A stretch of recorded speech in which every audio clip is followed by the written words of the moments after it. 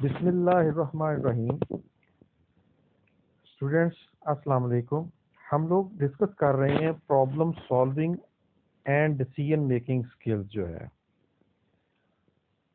Decision making styles کے حوالے سے ابھی ہم ڈسکس کر رہے تھے اور ہم نے ڈیسیژن میکنگ اسٹائلس کے اندر جو ہے 4 مختلف قسم کے جو اسٹائلس جو فیصلہ سازی کے حوالے سے استعمال میں آتے ہیں اور جو دیکھے جاتے ہیں مختلف قسم کی پریکٹس کے اندر، ان کو ہم نے ڈسکس کیا. ٹھیک ہے. اور یہ چاروں کی طرح کے جو سٹائلز ہیں اس کے اندر جو 2 ڈائمینشنز ہیں ان کے اوپر رہتے ہوئے جو فیصلہ سازی کی جاتی ہے وہ ہم نے ان کو تھوڑا سا سمجھا. ٹھیک ہے.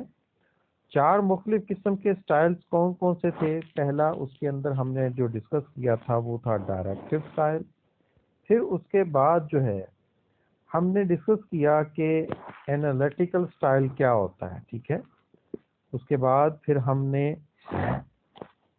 فردر اپنی ڈسکشن کو آگے بڑھایا اور اس کے اندر ہم نے دیکھا کانسیپچول سٹائل کو. ٹھیک ہے.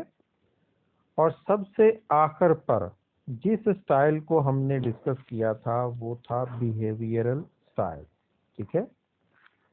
اب ہم آگے فردر اپنی ڈسکشن کو کنٹینیو کریں گے اور اس کے اندر ہم جس چیز کے اوپر ڈسکشن کرنے جا رہے ہیں وہ ہے ایتھکس، اخلاقیات. ٹھیک ہے. ڈیسیژن میکنگ کے اندر جو ہم فیصلہ سازی کرتے ہیں اس کے اندر ہم کون سی اخلاقی چیزوں کا ہم خیال کرتے ہیں یا کرنا چاہیے ہمیں. ٹھیک ہے. سب سے پہلی جو چیز آ جاتی ہے جو اکثر جو ہے ہمارے کامن ریشنلائزیشن کے اندر جو چیز آتی ہے کہ جب بھی ہم کوئی عام فیصلہ سازی جو کرتے ہیں اس کے اندر ہم مختلف قسم کی چیزوں کو مد نظر رکھتے ہیں. سب سے پہلی جو چیز اس کے اندر آتی ہے وہ ہوتی ہے کہ کوئی بھی جب ہم کوئی فیصلہ کرتے ہیں تو اس کے حوالے سے یہ دیکھتے ہیں کہ کیا یہ اللیگل تو نہیں ہے جو ہم فیصلہ کر رہے ہیں، جو ہم ایک چیز کے حوالے سے ہم نے جو تہیہ اپنا کیا ہے کیا یہ کام جو ہے اللیگل تو نہیں ہے یا امورل تو نہیں ہے، غیر اخلاقی. ٹھیک ہے نا. اللیگل میں غیر قانونی اور امورل میں غیر اخلاقی. ٹھیک ہے. تو ہماری سب سے پہلی جو ہماری جو چیز ہوتی ہے کہ جو بھی ہم کوئی کام کا فیصلہ کرتے ہیں تو اس کے اندر ہم نے ان 2 چیزوں کو سب سے پہلے ہم ان چیزوں کو دیکھتے ہیں. ٹھیک ہے. اس کے بعد پھر ہم جب بھی کسی آرگنائزیشن میں ہم کام کرتے ہیں تو پھر ہماری جو چیز ہماری پرائرٹی میں آتی ہے جو ہمارے ڈیسیژن میکنگ کے اندر جس چیز کا ہم خیال کرتے ہیں وہ ہوتا ہے کہ یہ ہماری آرگنائزیشن کے بیسٹ انٹرسٹ میں ہے. یعنی کہ جب بھی ہم کوئی فیصلہ کرتے ہیں تو ہم یہ سوچ کے کرتے ہیں کہ یہ جو فیصلہ ہے یہ ہماری آرگنائزیشن کے لیے فائدہ مند ہوگا. ٹھیک ہے. اس کے بعد پھر آ جاتا ہے نو ون ول فائنڈ آؤٹ. ٹھیک ہے نا. کہ جو میں فیصلہ کر رہا ہوں یا کروں گا، ٹھیک ہے نا، وہ دوسرا نہیں اس چیز کو کر سکتا، جو دوسرا جو ہے وہ اس کے اوپر سٹینڈ نہیں لے سکتا اس انداز سے. ٹھیک ہے. اور چوتھے نمبر پر جو چیز آ جاتی ہے وہ ہوتی ہے since it benefits the organisation it will be protected. ٹھیک ہے نا. کہ یہ جو فیصلہ جو میں لے رہا ہوں، جو میں ڈیسیژنز لے رہا ہوں، یہ آرگنائزیشن کے فائدے میں تو ہے ہی لیکن اس کے ساتھ ساتھ کیا ہوگا، یہ اس کو پروٹیکٹ بھی کرے گا. ٹھیک ہے نا. حفاظت بھی کرے گا. Everybody does it. اکثر ہم جب کبھی کوئی فیصلہ کرتے ہیں تو ہم یہ بھی چیزیں ذہن میں رکھتے ہیں کہ یہ ہر شخص جو ہے اس کے حوالے سے کر سکتا ہے، کریا کرتا ہے. ٹھیک ہے. تو اس میں کوئی ایسی انہونی چیز نہیں ہم کرتے. نارملی ہم وہی جو ایک عام چیزیں جو ہماری ریگولر پریکٹس کا حصہ ہوتی ہیں ہم ان کے حوالے سے معاملات کو دیکھ رہے ہوتے ہیں. ٹھیک ہے. اچھا، اب اس کے بعد فردر جو ایک ڈفرینٹ ویوز آف ایتھکس بھی اس کے اندر جو پائے جاتے ہیں. سب سے پہلا جو اس کے اندر جو ایک ویو پوائنٹ پایا جاتا ہے وہ ہوتا ہے یوٹیلیٹیرین ویو پوائنٹ. ٹھیک ہے.